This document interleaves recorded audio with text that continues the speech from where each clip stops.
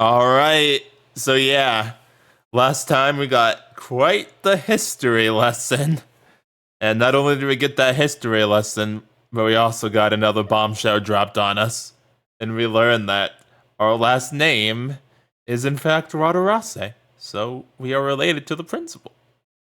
So yeah, goodness gracious. Lot of stuff going down. And meanwhile, we still got this going on too. Jeez. Woo Nelly. Sorry, there's a fly. But yeah, woo freaking Nelly. A lot of stuff going on. But again, like I said before, I trust Kiri, so go on, Kiri. Tell him.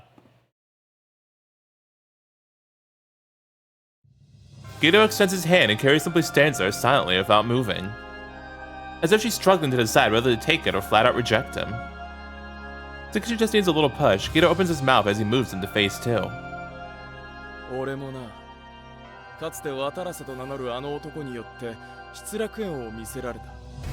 Yeah, huh?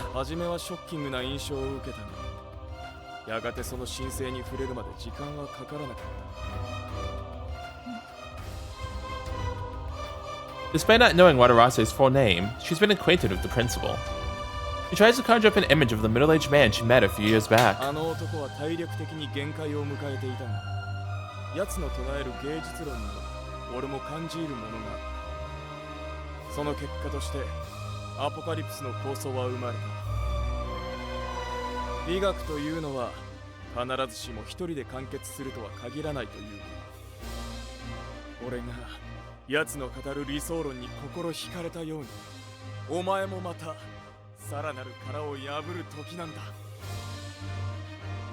So take my hand. The two of us, together, will give birth to the greatest piece of art known to mankind. Please. He takes a step closer, his eyes sparkling, extending a helping hand toward Kiri. With his determination unwavering, his fervent, artistic dogma is almost hot enough to melt the ice-cold aurora. My cheese. He does sound really passionate about it. In response to such raging fires of destruction, Kiri says, Nice.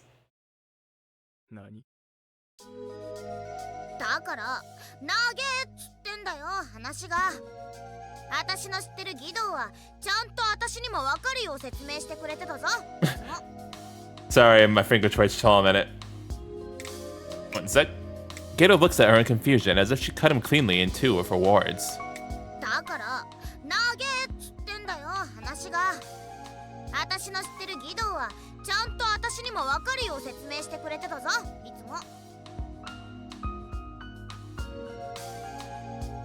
He's left speechless, puzzled by the sudden reappearance of Kiri's usual loudmouth self. What kind of act is this? She's acting almost suspiciously laid back. She's not the type that likes to listen to long, drawn-out lectures.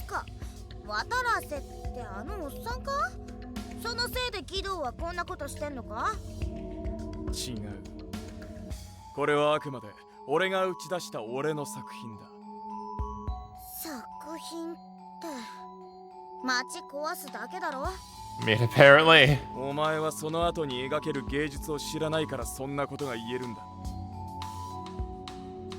She would surely change her mind if she saw Krosa's Lost Paradise herself. He was certain of it, without a shadow of a doubt. There's no way he can possibly let this day pass without incident. Please don't! I think we've all seen it enough, Guido.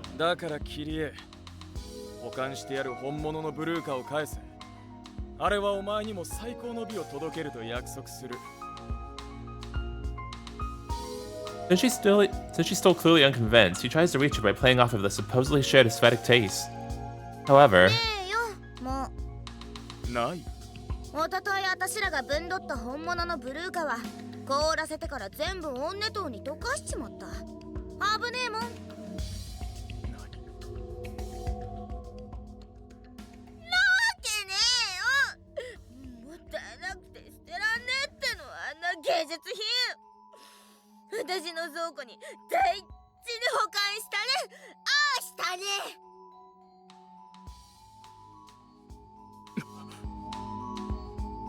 a contradiction of supposed truths. He wanted to question her about it right away, and yet was held back by some unspeakable feeling of dread. Which statement was false? それにほら、お前がさっきから言ってるなんだっけ？破壊の美学ってやつ？それがどうした？ Ito asked, unease in his voice. The beauty of destruction. There's a dissonance between her attitude and her reluctance to speak those words. イドは私に共感してほしいとかなんとか言ってっけどさ。And then Carrie says something. Words no one would have ever expected. 私、それ全然わかんねえんだわ。I mean, I feel like that's completely on brand for Carrie. What do you mean? Ito is dumbfounded. He can't understand the words coming from Carrie's mouth. His mind can't process the possibility of Carrie saying something like that. Mainly because Carrie's the type of person to state something so bluntly and definitively. 何を言っている？お前がいつもやっていたことだ。散る様、死に際の美しさだ。わかるだろう。When most people in town think of destruction and chaos, the first person to pop into their heads would be Kiri, not Gito. But she's not crazy. She doesn't want to hurt people. She is the most prominent advocate for the aesthetics of destruction, and most of her actions reflect this ideology. As a film director, her love for explosion scenes is greater than most, and she's destroyed her fair share of props in the process. As someone who thrives on showing the beauty of destruction, it would be fair to say it's her main method of expression. If not, then none of her past actions make sense. お前が俺の失敗作を壊したこと、丁寧に作った小道具を爆発シーンで木っ端みじんにすること、お前がいつも興奮していた要素だよ。いや、だからそれを含めてよ。普通に考えて物が壊れんのは嫌だろ、誰でも。What's going on? What is she saying? This is Gito's immediate and honest reaction to awards. Is she really Carrie? だいたいよ、作ったもんぶっ壊して創造性もクソもねって。まして自分の手がけたものじゃねえなら余計にさ。そもそも芸術だろうが美学だろうが、人様に迷惑かけてまでする表現なんか論外だし。Yep, see? I know Carrie. 何を言っている？お前、本当に切り絵かHer cutting criticism doesn't end there. The reasonable arguments Shu and many others always tried to shower upon her are now coming from her own mouth. Her arguments would sound reasonable coming from the average Joe, but are decidedly odd coming from Carrie, who's always towed the line of decency. 本当に切り絵か。そう言ってもらえるのは最大の賛辞かもな。I see. How is that a compliment, Carrie? どういう意味だ？ Before he realizes what's happening, his emotions have taken control. All he can do is parrot the same questions as his mind struggles to make sense of the situation. However... まだわかんねえ？あんな天才的すぎるのも考えもんか。Hey, they're playing the hype music, let's go! Gito seems paralyzed with horror about Carrie's supplying. He finds himself at a loss for words. No, this is so good. This is one of my favorite, like this one and that one that plays like at the endings of the routes, like one of my favorite tracks. This one's so good too. The only possible explanation is simply too ridiculous to be true. And yet, at the same time, a voice deep inside him is saying it must be true. There's no inconsistency. She would never destroy them, not without a tremendous amount of effort. お前、まさか。 Once again, he recalls their first meeting. That girl loved explosion scenes more than anything, willing to destroy anything for them. Right after he saw Crosser's Lost Paradise, he ran into a girl extolling the beauty of destruction. He remembers that moment in vivid colors, and yet... 演技だと。 Wait, what? Was it? Is... 正解。 What? Huh? Oh, that's not at all what I was thinking. Dang, okay, wow. You are really good then. What the fuck? Goodness gracious. Put an act on for like 2.5 years? I am thoroughly impressed. Oh my jeez. Carrie, the girl in front of him. Ever since I first met, you thought of her as a girl enamored of the aesthetics of destruction. And now she's saying that it was never anything more than a grand theatrical charade?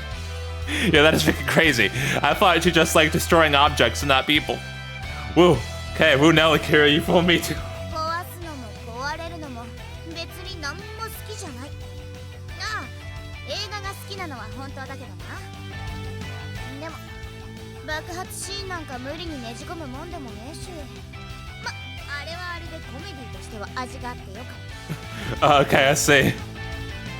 She reveals a personality trait he considered to be her most defining characteristic was a farce. A huge act she'd stuck to faithfully for years. I know, right? Like, for literal years. That is insane. But again, very impressive. But of course, just hearing her say that wasn't enough to convince him. バカだ。何のために？芝居だと？そんなふざけた話があるか？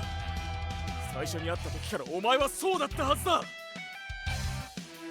It's impossible for him to accept she's leaving him high and dry after he poured his heart out. Regardless of how plausible it may be, it doesn't change how mind-bogglingly ridiculous it is at the same time. 何のためって。 In response, Kira calmly goes for the fatal blow before Geto can regain his composure. そんなの決まってんじゃん。今日のためだよ。Dang, kind of 5D chess is this? Man, Kiri's way smarter than we ever thought. What the fuck?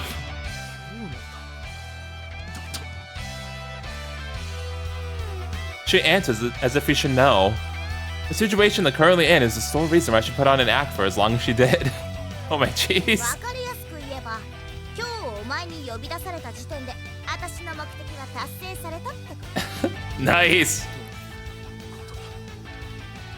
俺とお前がこうなって、そもそもどこから？思い描いてた絵図が失敗したから、ギドウは私にすがったんだろ。誰よりも爆発が好きで壊すことに目がない私に話し合えるって言ったよな。そりゃつまり私を認めてくれたってことで、それが私にとっての成功なんだよ。 In other words, everything that led to this moment. If his apocalyptic plans forwarded and having run out of options, carried the explosion lover was his only hope. Because he knew she was the only one who would understand. バカだ。お前、最初から全部。 That's what it seems like. いや、 Oh, そんなことはない。それならこんな回りくどいやり方しなくていいもんな。 okay. Could have fooled me. If she knew who was behind the apocalypse, she could have nailed him from the start. But she hadn't known it was Geto himself. The performance was also bait in order to lure the perpetrator out of hiding. In fact, if it wasn't for Kiri, even if his plans had ended in failure, no one would have known Geto was behind it.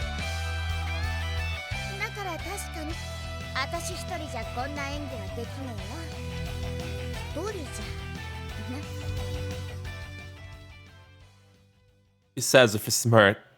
Behind her true smile lies a shadow of the person she trusts the most. いい女優にはいい監督が必要なんだよ。 Rinka? She slowly reveals the presence of a second person. Oh, Kota! Hey! その通り。名演技だったよ。 Nice! Nice! こと。 Kota, who had been lurking in the shadows, steps forward. They were always obviously good friends, and it's clear the close relationship is not part of Kiri's act. じらす趣味もないし、結論から言うね。キリエには私の方で聖アレイア学院に入る頃から明示させてもらった。 Dang, you were prepared from the start too, huh? Oh my jeez. Dude, this is freaking crazy. I love it. お芝居の方向性はたった一つ。破壊の美学を歌う人間。こと。お前がそう指示をした。そう。と言っても、私は何も大したことをしていないけどね。 You sure? こうして成功したんだから、名監督だったって言ってやるかな。 I mean, yeah, I agree. As far as anyone knew, until now, Kota had been director Kiri's exclusive actress. But really, Kota was the director and Kiri was the actress. That's so freaking... That was both awesome and funny at the same time. However, that was evidently only one facet of their relationship. In fact, it was the amazing actress Kiri had been performing under Kota's skillful direction. 何度も言っただろう。私は女優キリエの大ファンなんだって。 Yes, you did. 琴音が私の映画でどんな役でもやってくれるっつうから引き受けたんだけどな。まあ私たちは二人ともお互い様というわけだ。だからキリエのキャラをさらに濃くしてしまったのは私なんだよね。Lol. 褒めてるように聞こえないぞことね。Wait, so was the diaper thing also a part of the act, or is that just you? I'm just curious. The truth is that Kira was originally a movie buff of sorts, but the addition of a destruction-loving character trait to the explosion scene-loving director led to the creation of the Kira everyone knows. While adopting a devil-may-care attitude in her everyday life, she's been putting on a continuous act based on Koto's instructions. 正直ここまで根気よく続けてくれるとは思わなかったけど。何言ってんだことね。私の演技に半端はねえんだ。やるなら徹底的にやんねえと練習にもなるしな。I mean, hey, yeah, I agree. He's seen this kind of pleasant conversation between them countless times in the dorm halls. It's enough to make him realize how different he is from everyone else. 私はキリエに爆弾を使えとは言わなかった。ただ映画という媒体に生かされる上で自然にそうなった。お前はアポカリプスを知っていたのか。ああ、誰かさんのおかげでね。A certain someone. Geto instantly catches the implied meaning behind those words. Among the three sturdiest students, there was only one person that could be. リンカか。そうだ。渡良瀬学長との面談において、君と同じく右の絵を選んだもう一人の人物。The two people who were singled out by the evil serpent and slipped into paradise. And Rinka was infected by the same venom that poisoned Geto. 当のリンカはそのことを一度忘れてしまったけれど、私は彼女を通じてただならない事態が迫っていることを悟った。Kocha learned of the second coming of the apocalypse for Rinka. But unfortunately, her hands were tied both from what she knew and what she could do. リンカ本人は私を気遣ったみたいで何も教えてくれなかったからね。でもそんな彼女が不自然な記憶喪失にあったことがくしくもその証明になった。アポカリプスというのはどうやら本当に起こるらしいって。クリスマスに起こり街が跡形もなく破壊される週末の時、そしてその理念は破壊の美学であること。 That was the extent of Kota's knowledge before she met Chu. Not only were the specifics hazy and unclear, but she couldn't talk about them with anyone. And yet Kota believed everything Rinka had told her without question, taking whatever measures possible in her own way. だから私はそれと全く同じ思考を持つ人間を用意した。それがキリエだ。と言っても最初はただ入学時の挨拶でちょびっと匂わせてもらうだけのつもりだったんだけど。あれがちょびっと。一発かましてやったぜ。Nice. Kira's performance was so spectacular, far better than anything Kota anticipated, that it left a strong impression on the entire student body. Do it well, not at all. An actress as skilled as Kiri doesn't do anything half-heartedly. けどよ、破壊だの爆発だの、私みたいな乙女捕まえて、まあよくあんな物騒なこと言わせたもんだよな、ことねえもん。ごめんごめん。でもそれが結果的に正解だった。その後キリエの映画にも根強いファンがいると分かって、私は彼女に芝居を続けてもらうことにした。ああ、そう。あの差し入れいつもありがとな。直接渡してくれりゃよかったのに。 The gifts that were delivered to her every time she screened a new film. They consisted of high-quality props that she then blew up in a subsequent movie. These anonymous fans who were silently crying out for more destruction were like worms on a fishing hook. いわば蒔絵か。同行の死というものを募るための装置と言ってもいい。それに犯人がキリエに注目する動機は何でもよかった。君はキリエを同志とみなしてくれたけど、同じ思想を持つ邪魔者として疎んでくれてもよかった。ただ実行者にとって無視できない存在になってさえくれれば。 Whether the view is negative or positive, the very existence of such an unorthodox aesthetic would have been impossible for the culprit to ignore. If she couldn't actively investigate, then she would wait for them to make a move. とはいえ、こんな当日になるまでかかるとは思っていなかったけど、ギド。君でも慎重になるんだね。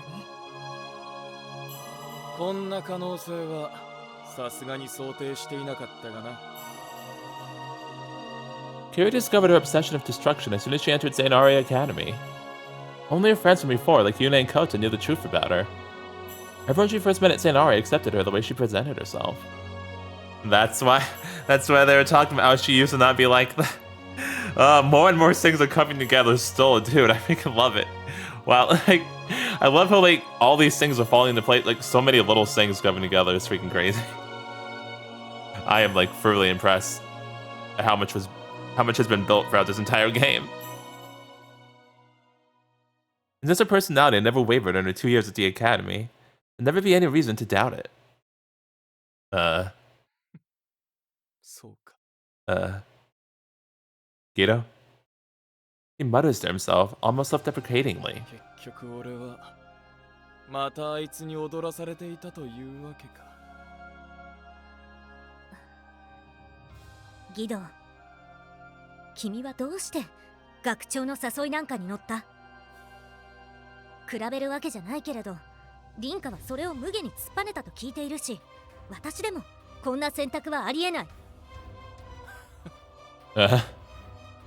He sneers at her before answering. ありえないか？ならどうすると思う？真面目にまっとうにコツコツと作品を作って出して張り合うつもりか？あの化け物と。Calm down, Gito. Even Kota flinches at Gito's sudden, unbridled rage. His temper seems wildly out of character. 化け物というのは、もしかして凛花のことか？他に誰がいると？俺は幼い頃からあいつを見てきている。その感性、そのひらめき、どれも規格外の化け物だ。コト、お前はあの3枚の絵から真ん中を選んだと言ったな。お前の選考を考えれば無理のない話ではあるが、その時点で凛花との優劣は消しているようなものだ。右を選んだ君と凛花の方が優れてるってこと？いや、俺の方はただの真似事さ。あいつならこれを選ぶんじゃないかと思っただけだ。真に心から右の絵を選んだのはおそらくあいつだけだろう。あいつが外に送られた今、俺は臆面もなく言おう。あいつの芸術性に常に嫉妬の炎を燃やしていたと。嫉妬？凛花パイセンに？それだけじゃない。嫉妬さえできなければまるで追いつくことができないと思い知らされた。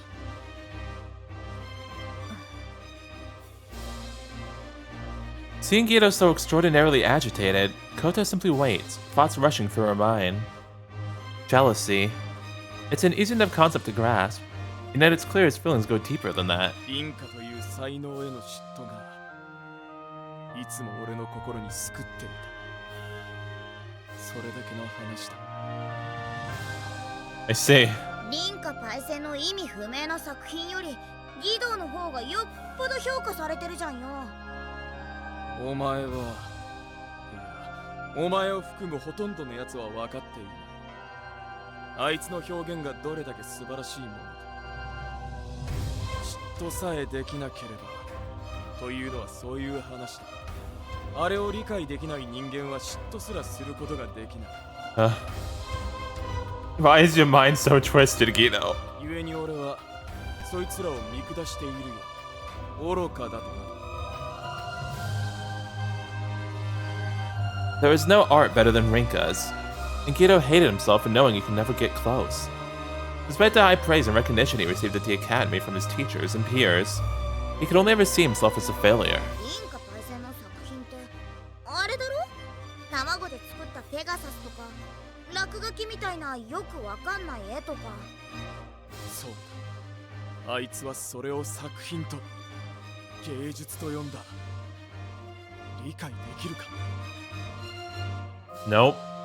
Kira shakes her head almost immediately, and Gito sneers in response. その演技ができていれば、俺はお前前に惚れていたかもな。まあいい。だが本来あれを理解できないというのは恥ずべきことだ。芸術とは美しいもの、そう教え込まれていた俺たちにあんな発想は利害の利だった。空から木が生えてきたかのような衝撃だ。これまでに抱いていた芸術観が一撃で破壊された気がしたよ。あの感覚は今でも覚えているし、恐ろしくも。だがそれを理解不能と切って捨てることこそが愚か。あれを新しい芸術の形と認めなくてはならなかった。こと、お前はどうだ。お前も凛花の作品に何かを感じっていたはずだ。あれは決して友人だからという建前じゃあるまい。そうだね。私も凛花のことは天才だと思っている。それがなぜかはうまく言葉にできないけれど。ああ、そう。その通りだ。だから俺もお前も凡人なんだ。Mere plebs, huh? あいつの才能に気づくことができるという時点で馬の骨よりはマシな凡人というだけだ。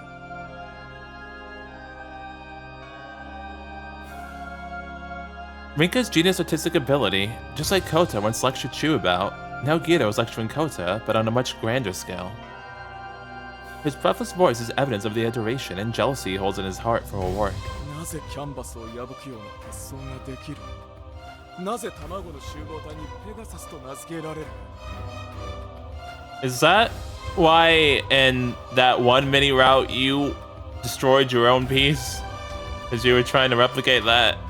そしてなぜそれを臆面もなく作品として発表できる。 This is, coincidentally enough, happening just as Sister Lily lectures Shu and Yune on modern art. The worlds Rinka has created thus far, no matter how absurd they might appear, push the boundaries of what is considered art. そんななぜこそ凛花の与えてくるメッセージ、奴の作品に心を動かされた時点でそれは認めざるを得ないものとなった。 Like Duchamp's Fountain, 100 years back, Rinka's artwork was a revolutionary step forward in the town's accepted artistry. Of course, the people who helped shape the town, the teachers, frowned on her work, making it out to be bad and labeling her a troublemaker. However, it didn't stop gifted students like Gito and Kota from appreciating her work. The knowledge that he could never even hope to create something on that level stoked the flames of Gito's jealousy, driving him mad. それが俺にとって新たなモチベーションとなっていたことも確か。いくら真似てもあいつの劣化にしかならない己の発想にやがて嫌気がさしてきた。サイレント映画は少しでも近づけたかと思っていたが、 Oh, あれはあれで that one creepy silent film that they were talking about that disturbed everybody on campus. 以前なら小躍りしていたようなアイディアやインスピレーションさえあいつの作品の前でも霞む。そのうち俺は俺という才能に絶望するようになった。 Duchamp's posthumous work cemented his status as a revolutionary artist, while Rinka, who's still very young, retains an enthusiastic passion for her art. Assuming they were both running on the same rails, it's no wonder he felt he could never surpass her. そんな時だ。渡らせと会い、あの作品を見せられたのは。 That was when Soichi Radarasu took advantage of the darkness in Gito's heart. He couldn't produce a new work of art, and the crafty serpent offered a bite from the forbidden fruit to solve his problem.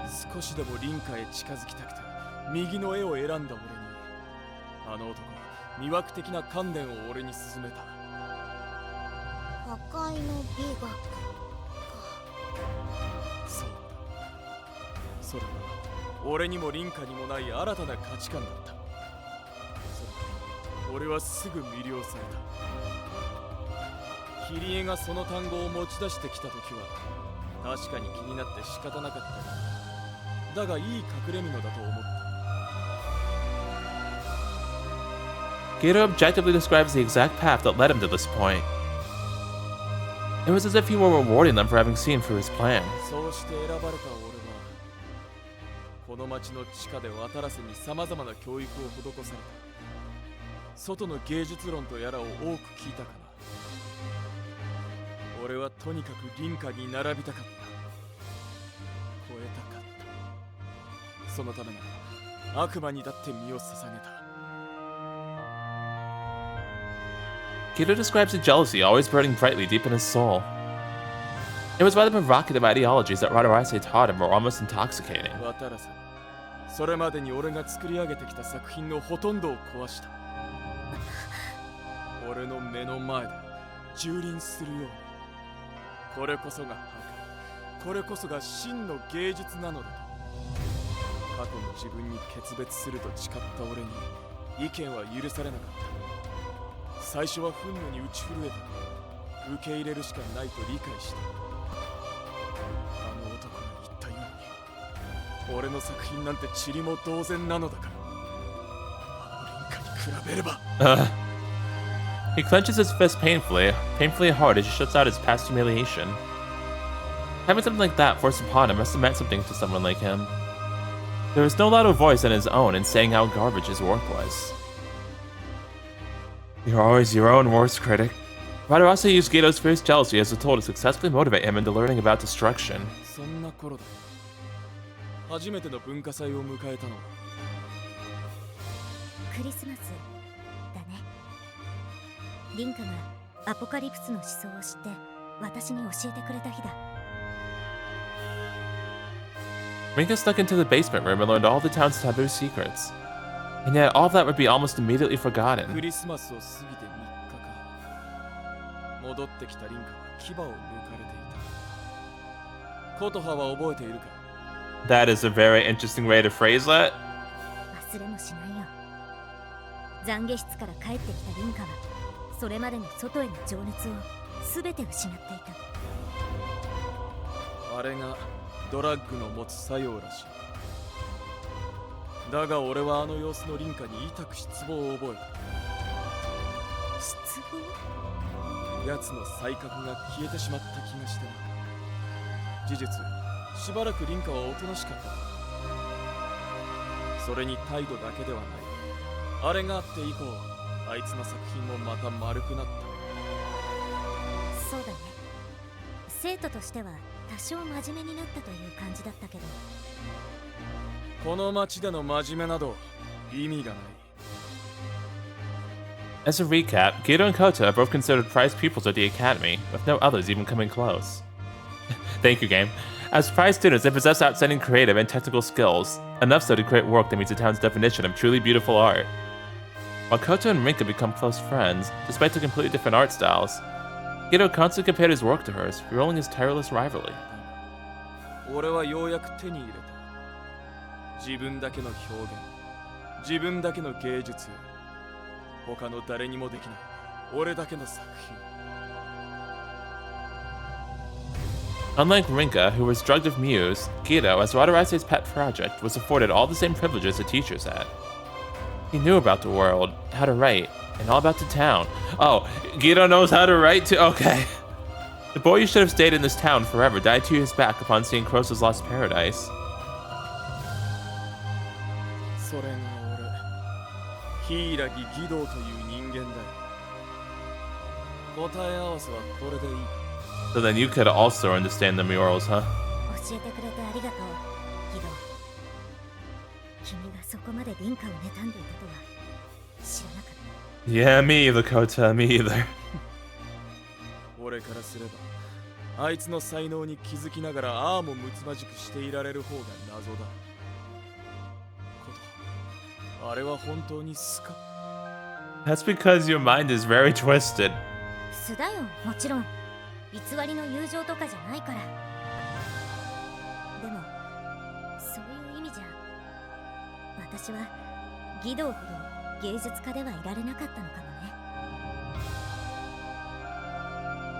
Of course, Kota is an unrivaled artist, but aside from that, her ability to form interpersonal relationships makes her smarter than Gito.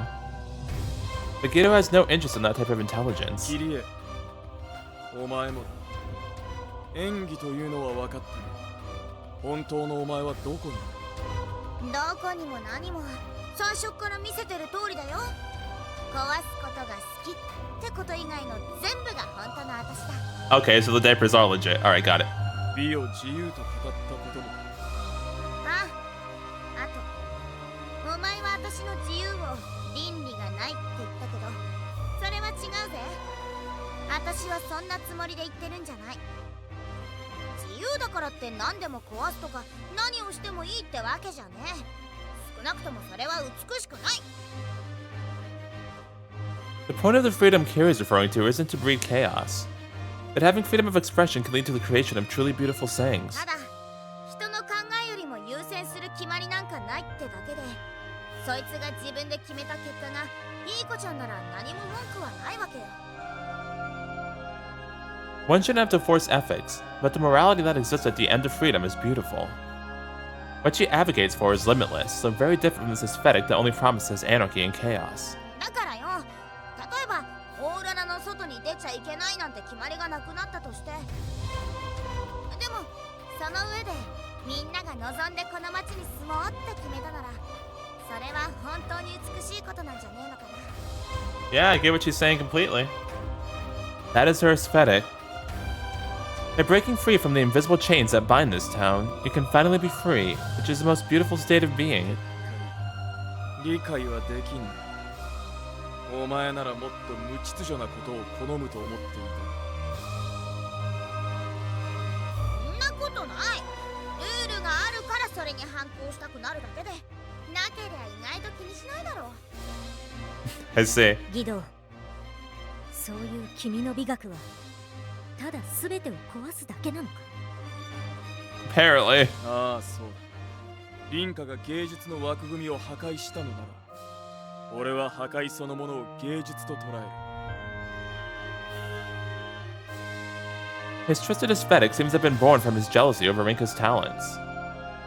Gator Aragi may have surpassed his teacher, Soichi Radarase, regarding his obsession of destruction.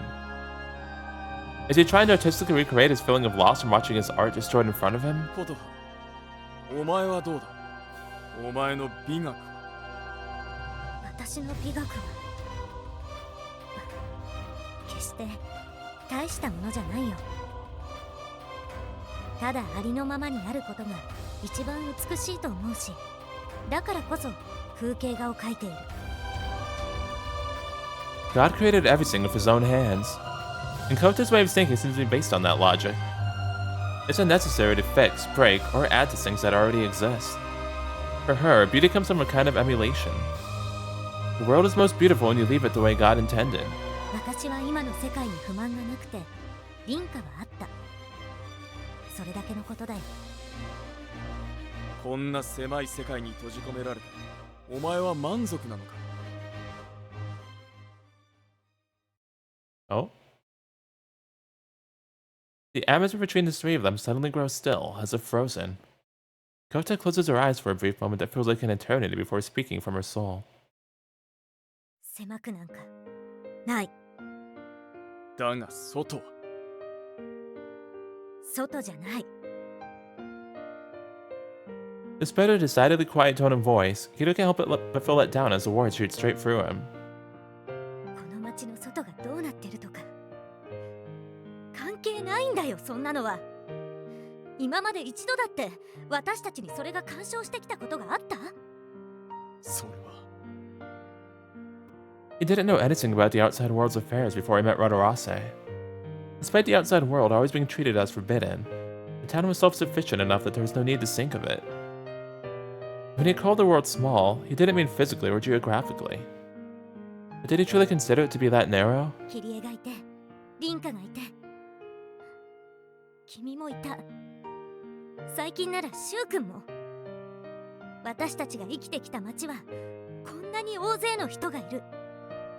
外のことは正直わからないよ。何も知らない。だけどこの世界で生きてきたのは私たちだから。毎日学校に行って制作をしてご飯を食べて、同じことの繰り返しでもその度にいろんなことが起こってた。いい出来事も悪い出来事も。なんだって覚えてると言いたいけど忘れちゃってることもある。いろんな楽しいことが次々に起こるから。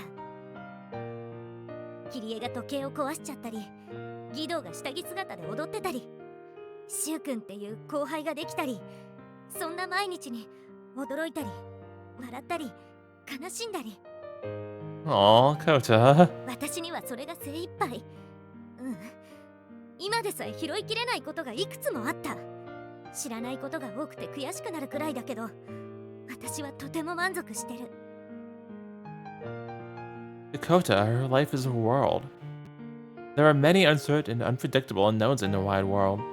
Someone's daily routine of simply walking to school may not go as planned. もしかしたらこの街は外っていう巨人からすればちっぽけなものなのかもしれない。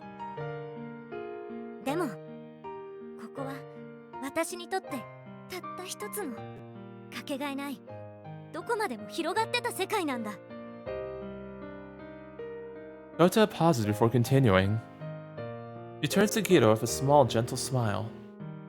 君もそう感じていたんじゃないかなって思うんだけど。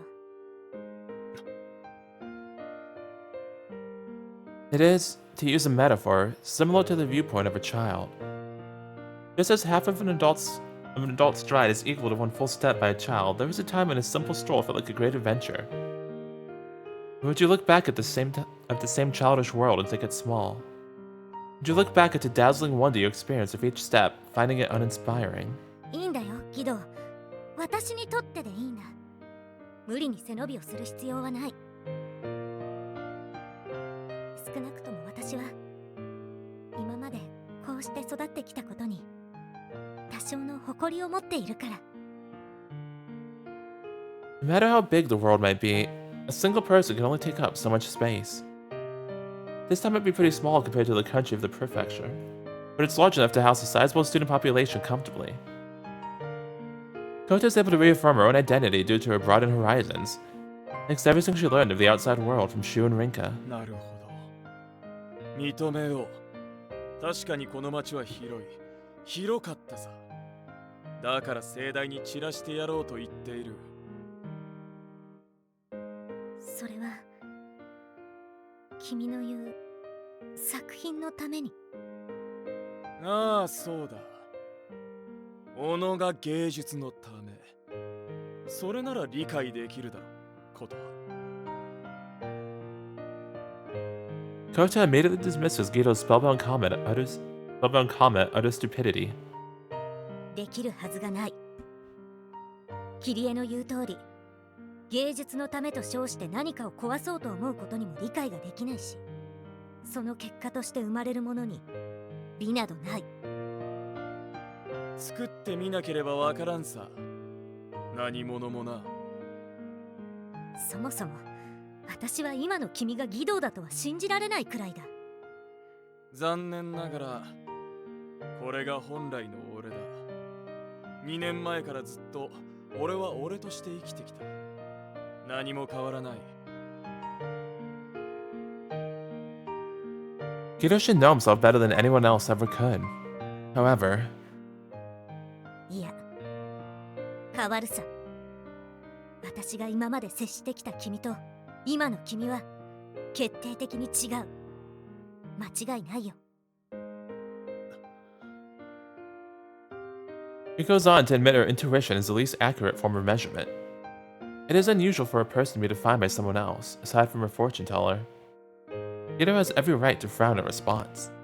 Yet even so, there's something she needs to tell him. わからないか。仕方ないな。こういうのはあまり柄じゃないんだけど。With a nod of respect to Kiri's superb acting, Kota unleashes a wave of fury, the likes of which have never been seen before and never will again. 目を覚ませって言ってるんだよ、君は。そんなに弱い男じゃなかっただろう。Dang, Kota, jeez, okay. Wow, goodness gracious. ことね。 She doesn't notice Kiri is still by her side. Kota gives in to a torrent of emotions, wanting to express how she feels to her friend in front of her. 私の知ってる義堂は変態だけど何でも真面目にこなしてくれる寮長だったはずだ。だから私もそんな君を信頼していた。何度も助けられたしね。義堂の作る作品は美しかったし、影響も受けた。今でも君のことを手本にしている技術はいくらだってある。We continue speaking. As dorm directors, both of them acted as role models for the St. Ari students over the past year. While they might not have set the best example of his eccentric behavior, his grades and work were flawless, which is why she trusted him so much. And outside of the duties, the two maintained a friendly rivalry. And winning and losing trophies in turn, the competitive nature pushed them to create magnificent works of art. The high quality of the work was comparable despite the different fields, with each putting everything they had into besting the other. 私たちが初めて出会った時のことを覚えてる？私は君にドン引きしたけど、一緒に立派な芸術家になろうって語ってくれたのは嘘じゃなかったはずだ。Together, they would become renowned artists, with countless works displayed in the gallery. Kota had been shocked speechless hearing such bold claims come from a mostly naked guy, but on seeing his work, she realized he meant every word. 凛花の作品が素晴らしかったからなんだって言うんだ。君の作る作品だって負けないくらい美しい。君が1年生の初めに出したイースター展の時刻像で、私はそのデフォルメ具合に衝撃を受けた。少し真似してみようとしたけど、うまくはいかなかった。次のジュノー展では大賞を取られたし、出展した魔物にも驚かされた。まさか木彫りをしているなんて知らなかったし。Not satisfied with just that, she goes on to list every single one of Geto's works, explaining how each piece inspired her in some way. お前が去年の文化祭に出した首飾りの少女も、いい意味でお前らしくない境地に達していたようで、俺は好きだったがな。あれも君の階段を下る彼女に着想を得ている。Aww. 騙し絵のような仕掛けを取り入れてみた。なんとなく思っていたが、やはりそうか。まあ、光栄なことと言っておこう。 The two reminisce on the past, both times when Kyrie was and wasn't there, complimenting each other's work. There have never been students like them in the history of St. Ari Academy. They stand out as two of the finest artists. だが、そんな俺たちの作品も。凛花のものに比べたらって？君は本気でそう思っているの？ She interrupts them, her tone demanding and cold. Her voice is a mixture of anger, sorrow, and sympathy, all wrapped into one. 確かに凛花の作品は既存の枠組みを破壊するすごいものだ。だけどそれが何？私たちのやってきたことへの否定にはならない。古典という価値はわかるだろう。古いジャンルが新しいジャンルに飲み込まれるなら、美術回廊にだってあんないろんな年代の作品は置いてない。義堂、君はただ拗ねてるだけだ。自分の作品が本気で無意味だと思っていたなら、君は今も作り続けていないだろう。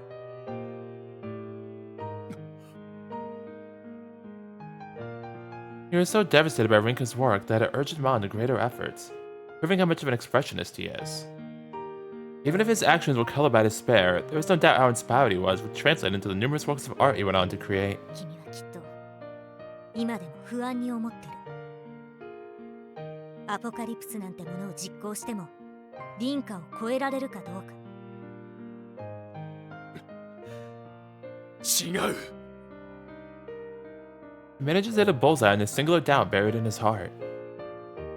It's the reason why he's been unable to escape from under Radarase's shadow, and why he felt the need to explain his grand vision to Kiri, his would-be savior.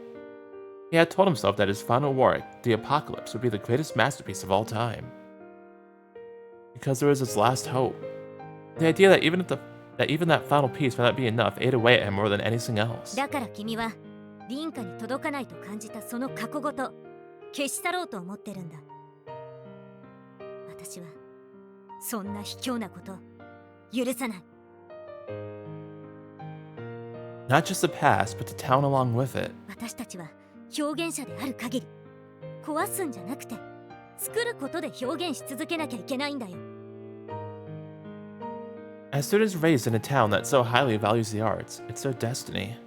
For Kota, who thought Gito knew that better than anyone, it pains her to see him reduced to this state. 君がどうしてもクリスマスにこだわった理由も私はわかる。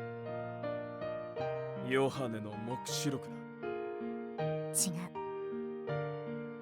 He derived inspiration for the apocalypse from the Book of Revelation. And yet, despite all that, there is no mention of Christmas in the final book of the Christian Bible. While I could chalk it up to simply being a holiday, Kota refuses to believe he'd base his actions on such a trite reason. 君はアレイヤ祭の作品を発表できる今日この時を楽しみにしてたんだろ？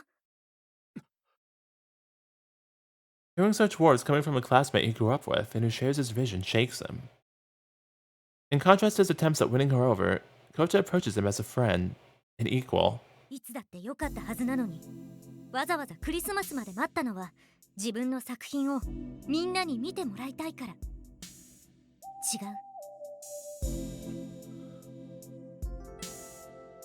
His silence is all the affirmation she needs. He chuckles softly. Relieved, she says, 私と同じだ。同じ。どうしてクリスマスにこだわるんだろうって考えたら、私にはそれしか思いつかなかったから。最後のアレイヤ賞を狙うのは当然だよね。私たちなら。 Oh yeah, because they are third years, yeah. It wasn't hard for Kota to figure out. Mainly because there simply wasn't any other possible explanation. 関係ない。俺の世に出すべき作品はアポカリプスのみだ。それ以外はどうでもいい。嘘だよ。だって君の作った嘆きは素晴らしい作品だったもの。どうでもいいなんて思う人間が作った作品じゃない。あまり私を舐めないでよ、ギド。君が魂を込めたかどうかなんて一目見ればすぐわかるんだ。 Kota berates him for underestimating how observant his classmates are. It's hard for her to accept Gito in the cowardly state he's in. He needs to face his works head on. 自分の作品を発表して私たちの作品を見たかった。それが全てだろ。アレイヤ賞の発表は明日だけど、自分の中でなら消化できる。ギド、君がとても負けず嫌いなことは私もリンカもよく知ってるよ。私との賞レースは今のとこ引き分け。リンカとのチェスもそうだよね。どっちもそんな中途半端な決着を認める人間じゃないだろ、君は。でも、ああ、だからか。芸術っていう畑で負けを認めちゃったから、チェスで余計に勝ちたかったんだね。君らしいよ。くだらん。チェスなど所詮遊びに過ぎない。 But you made your own pieces, though. Despite his unwaveringly brusque attitude, it was becoming increasingly clear she'd hit the nail right on the head. They're beyond superficial remarks, being close enough to know exactly how each other feels. 私もリンカもそんな君の性格が好きだったよ。なんだって諦めないのが義道だ。君のフクロウを放つアテナが誰かに壊された時、私はどうやっても無理だと思った。1週間で直せるだなんてそもそも思えないから、ただ犯人を恨んだ。でも君は違った。怒るより悲しむより目の前の展覧会だけを見てあれを完成させた。誰もそんな君の姿は美しかったよ。私にもリンカにもない君だけの美徳だ。 Sorry, Kota. Here you go. でも君は違った。怒るより悲しむより目の前の展覧会だけを見てあれを完成させた。誰も想像できなかった形で。 As evidenced repeatedly, Kota really looks up to Gito as a person. He's known for a long time now how worthy he is of that admiration, and their words resonate with each other because of their mutual trust. その裏で俺がこの計画を進めていたと知ってもか。知ってもだ。君がそんな闇を腹に抱えていたのは知らなかったけど、それでもあの時に見た君の姿の作品も嘘じゃない。Kota is trying to pull out the humanity in Geto himself as well as his work. Just as he once so boldly stated that to look at his work is to know him intimately, Kota understands Geto and his art are essentially the same.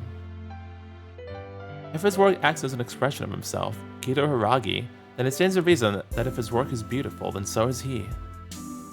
だから言ってる。アポカリプスなんて作品はクソくらいだ。全く美しくない。Dang, Kota.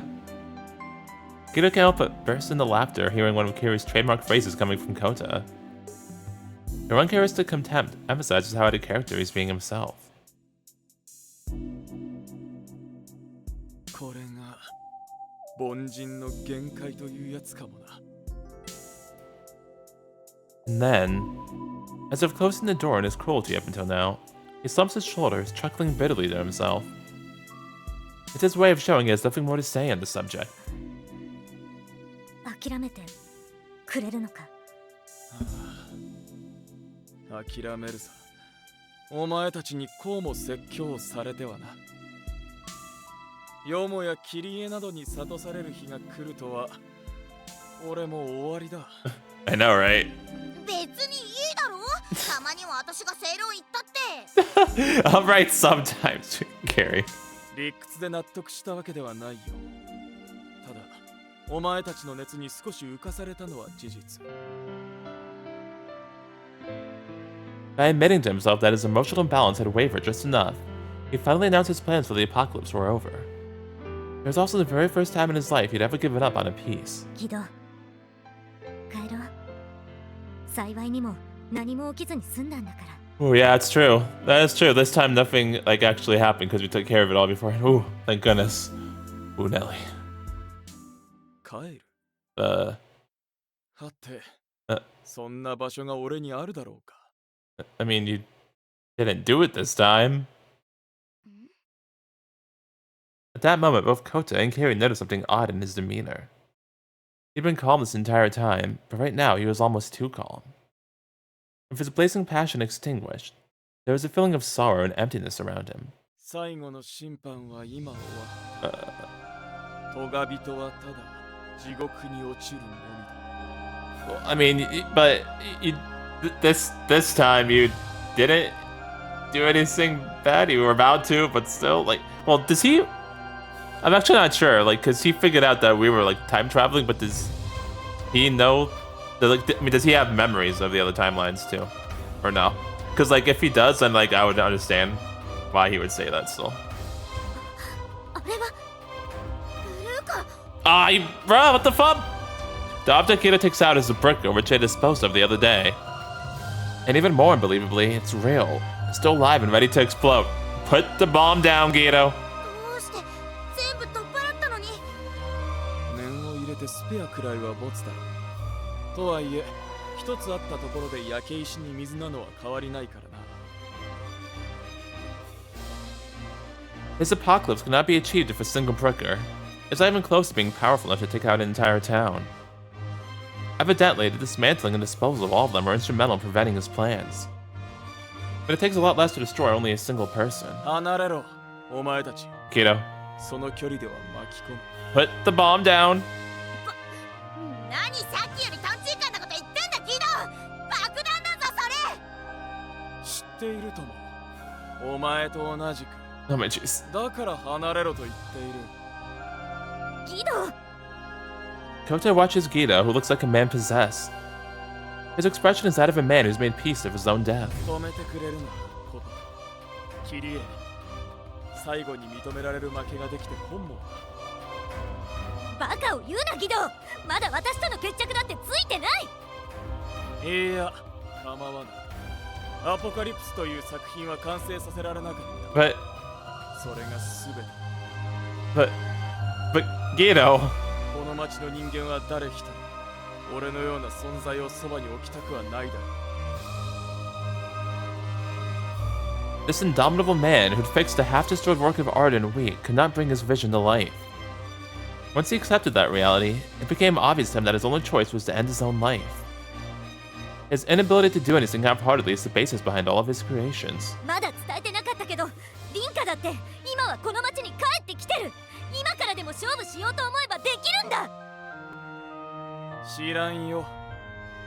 琴葉にもリンカにも俺は感謝をしているさ。これまでの過程が無駄だったとは思っていない。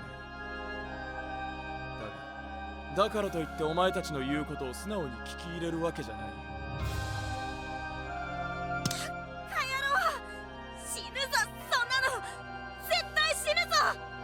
Yeah, we can't go back in time again. そう。死ぬんだ。未練は残るが仕方ない。並列な芸術家として生きていくくらいなら死んだ方がマシだ。 Oh my jeez. Yeah, this town caused, like, a bunch of problems. Like, look what it did to this man. リド、君は本当に私が言ったことを分かっているのか？私たちも、リンカも、シュウ君も、みんな君のことを大切に思っているんだ。 聞け。インカだろうとシュウだろうと、俺の行動まで決める権利を与えたつもりはない。 Are we gonna get there? Or are we gonna be too late? Kida remains unwaveringly resolute in the face of Kota's passionate plea. Like, I legit honestly can't tell whether, like, if we're actually gonna make it in time or not, so... Runelli. The wars, born from desperation, have no effect on a man who's long since made up his mind. He meant it when he said he won't let anyone interfere in his personal business. That wasn't the situation of the apocalypse.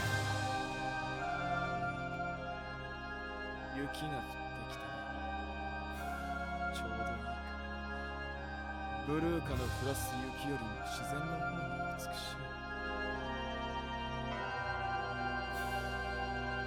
い。 It's 10:33 p.m. And just like across every other timeline, snow begins to fall in the town. Staying in a stylistically beautiful, he prepares to scatter himself among the snowflakes. Oh my jeez, that is a really disturbing image. What the fuck? さようなら。後輩たちにもよろしく言っておいて。 He is ready. There is no cloud of doubt in his eyes. This man, prepared to die, is saying his last goodbyes. ダメだ、キリエ。 Oh, Kira, you running into the explosion. Seeing Guido's fingers already fiddling with the brooker, Kota hurriedly pulls Kiri back as she attempts to leap forward. Oh my goodness. One push and it'll explode, scattering fragments everywhere, including pieces of his body and his clothes. Oh my jeez. That is morbid. This is a fact, not a metaphor. Even if a far weaker test brooker, it's obvious what would happen to a human body when hit with power destructive enough to lay trees to waste. He will die. It'll be instant. He stated the girls are powerless to stop him. Knowing exactly what the gentle smile on his lips means, the two girls close their eyes, envisioning his tragic end. Just then... Shu? やめてください。 Sakia, what the... This game keeps throwing me through a loop. Goodness gracious. I was expecting Shu and Yune to show up, not Sakia. Where have you been? For this whole route? Is this the arrival of fate they've been waiting for? 今の With snowflakes falling from the sky like tears, an all too familiar voice echoes out in the winter night. あなたを止める権利、私にはありますよね、兄さん。 Excuse the fuck out of me? Brother, what the fuck do you mean? What? Game, please stop. I can only take so many plot twists. What the fuck? I say... Like, wait... You trying to help him before? Is that to say? Chapter 12, part 6. Oh my jeez. A holy night with no dawn, my dear. What the fuck? Game, please stop. Settle down, please. Goodness gracious. There's so much. Ooh, freaking Nelly. Oh, hey, look, it's snowing. Hey, I love snow. Oh my goodness. Alright, so we got more information. Ooh, okay, where do we start with this? Okay, so Sakia is Guido's sister. So, I don't know for sure yet, but based off of that, I'm gonna guess that like the thing that was going on with Sakia was that since Guido was the actual serpent, that she was trying to like help him with that. We're gonna find out next time, I'm sure, but yeah, that's what I've got right now. But yeah, aside from that, we're freaking Nelly, Kiri. The long con, oh my god. The long con was crazy. Oh, I love it, dude. She, for like years, she had this whole act going on to lure Gito out. What the... Dang, that's, again, immensely impressive. And then Kota, too, like, in on it, too. Like, oh my gosh. Wow. The 5D chess, man. We were freaking Ellie. I'm very impressed by them. Yeah, like, I already like Kiri and Kota a lot, but they're even higher up now because of that. This was so freaking awesome. That gave them even more points. But yeah, woo freaking Nelly. And also, I also wanted to say, like, I do find it really interesting though, like how they're showing how like different ideologies formed because of how they were brought up in this town. Like, you know, we got to see Kiri's, Gito's, and even Kota's, which I really like that. Like, getting to see how they each view the world from their own eyes based off of the upbringing and how this town works. I like that a lot. I thought it was really cool. It actually, in a way, kind of reminds me of, if you have ever seen or read The Maze Runner. It reminds me of particularly like the first part of that series where they're like in the maze, and you know, you got to see that there too, of two characters in particular and how they viewed that, like, because it's kind of similar where they're also like all trapped in this kind of thing and like closed off from the rest of the world. So I like how Amazing Grace is like showing that too, like just how each of these different characters views all these different things and how they view life in general, and also how they view art. Like that a lot, so very cool. But yeah, also, what the fuck, Saki? Oh my jeez. So yeah, got some more stuff to take care of now, I see. So yeah, game just doesn't want to calm down anymore.